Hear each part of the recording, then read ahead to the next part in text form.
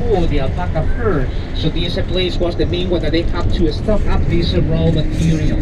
So in this case, these villages at the beginning had Spanish names, which were replaced in the 1800s. I mean, at the beginning of this valley, we have Tupi, Siballo, Gallalli, Calocota, Chivay over here, and another ones that we're gonna see tomorrow. And the names that they had were Oropesa, Modrera, Alcantara, Martín Muñoz, Corral de Almoguer, Villa Castilla, Brocas, Miraflores, the Three Wastemen, or Los Santos Reyes. So, in this case, people use just these local names because of the main ideas that they have in this place too. We have 3 villages, Yankee, Lari, and Cabana Conde. And these villages appeared in 1540, and Yankee was the main one because this one belonged to Gonzalo Pizarro, the Francisco Pizarro brother in this case.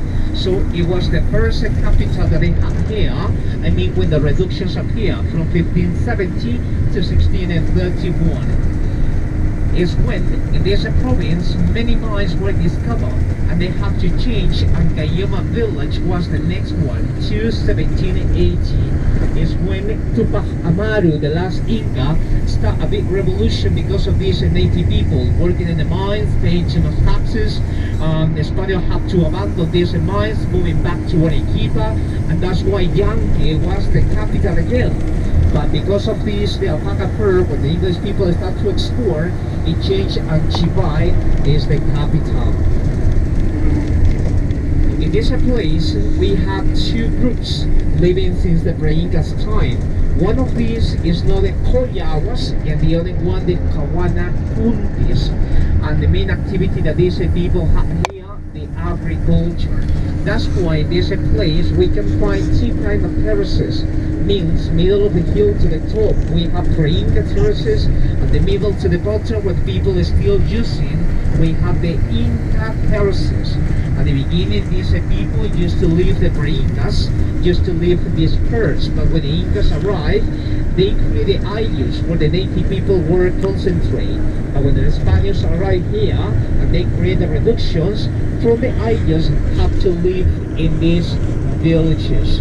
So it means that the languages that they have in this place is a Quechua, usually the quite mature people still using this one, and the young people use Spanish. And that's because this one are traveling all the time to Arequipa, and that's why I use that one. So, in this place, people are still cultivating here, but just once in a year, waiting just for the rainy season to irrigate these terraces.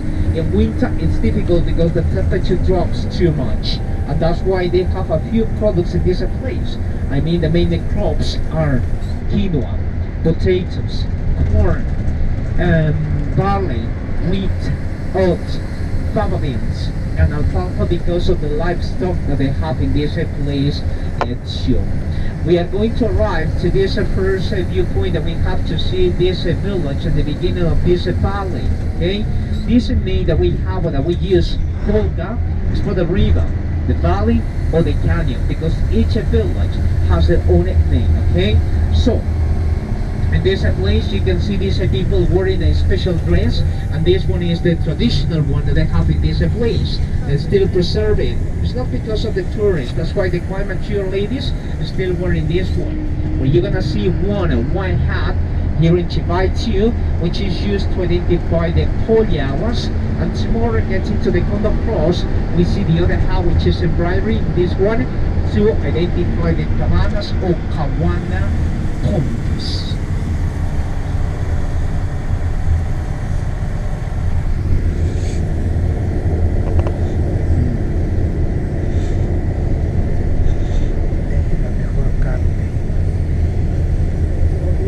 Corderito.